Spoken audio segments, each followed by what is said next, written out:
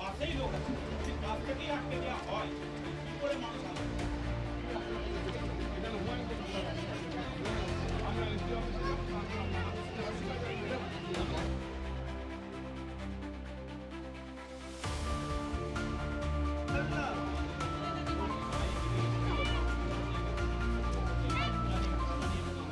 আমাদের শহীদুজ্জামান অ্যাডভোকেট হাইকোর্টের একটা, তো তাকে আমরা হাসান কেন্দ্রে প্রার্থী করেছি অনেক আগে। তার যে ইভিএম মেশিন তাতে নামও উঠে গিয়েছে।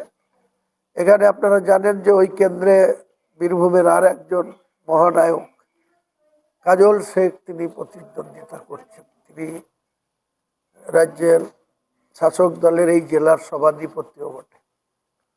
তো তার এখন প্রেস্টিজের ব্যাপার যে হুমায়ুন কবির 4 মাসের নতুন রাজনৈতিক দল খুলে 150-র বেশি প্রার্থী দিয়েছে। বীরভূমে 11টা সিটের মধ্যে 9টা সিটে ক্যান্ডিডেট দেওয়া হয়েছে। তাদেরকে যেন তেন প্রকারে আমজনতা উন্নয়ন পার্টিকে আটকাতে হবে তাদের। আমি দেখলাম, আমার হেলিকপ্টারে আসার কথা ছিল, হেলিকপ্টারে যান্ত্রিক ত্রুটি দেওয়ার জন্য গতকালকে 3টে প্রোগ্রাম ছিল।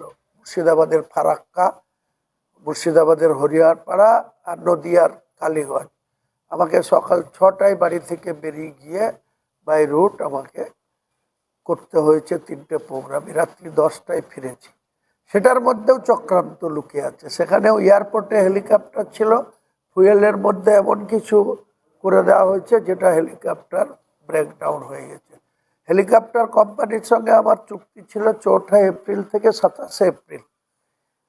তাদেরকে 50% পেমেন্ট অ্যাকাউন্টে করে দেওয়া হয়েছে, কিন্তু তারা সেইভাবে আমাদের সার্ভিস দিতে পারলো না।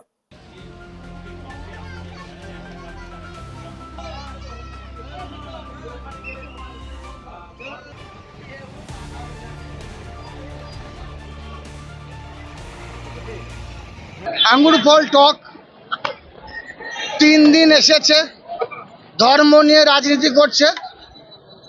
যেমন বিজেপি ধর্ম নিয়ে রাজনীতি করেছে, বাংলা মানুষ প্রত্যাখ্যান করেছে।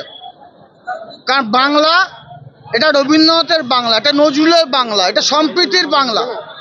সে হুমায়ুন কবির হোক আর বিজেপি হোক আর যেই হোক না কেন, এরা গোড়াপন্থী অর্থাৎ মৌলবাদী যারা আছে তাদেরকে সারা বাংলা মানুষ কোনো দিনই পছন্দ করে না।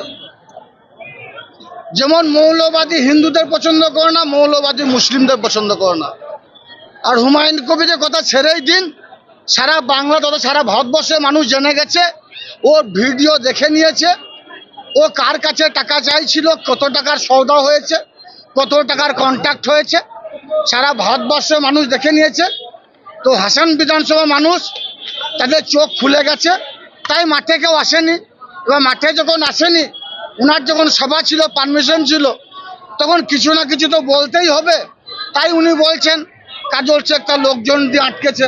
আর সারাদিন তো আমি নানুরে বসে আছি, আমি কোথায় আটকালাম?